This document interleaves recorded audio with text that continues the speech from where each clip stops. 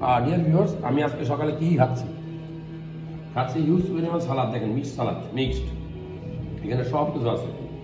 গাজর খাই, vitamin A পাওয়া যাবে। টমেটো খাই, ভিটামিন সি পাওয়া যাবে। মরিচ খাই, ভিটামিন সি পাওয়া যাবে। লেবু খাই, ভিটামিন সি পাওয়া যাবে। সব কিছু মিলে এগুলো ভিটামিন সি বা অন্যান্য মিনারেলস পাওয়া যাবে। এই জন্য আমি সালাদ খাই প্রচুর। মাছ খাচ্ছি, প্রোটিন পাওয়া যাবে। মাছের তেল ভালো কোলেস্টেরল দেবে, এইচডিএল।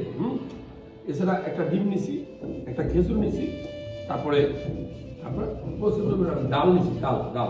ডাল খুব ভালো খাবার। কেন? ডালের মধ্যে সবচেয়ে ভালো প্রোটিন থাকে।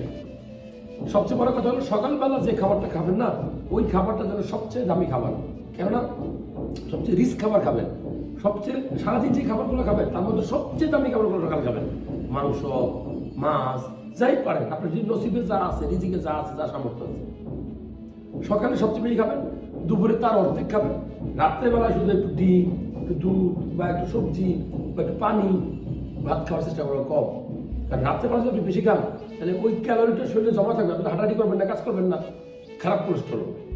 আর সকালে খেলে কি হয়, আপনি কিছু না কিছু কাজ করবেনই, হাঁটাহাঁটি করবেনই, তাহলে কোলেস্ট্রলটা বার্ন হয়ে যাবে, আপনি ভালো থাকবেন, সুস্থ থাকবেন। এই জন্য সকালে বেশি খান, দুপুরে কম খান, রাত্রে একবারে নীল থাকেন।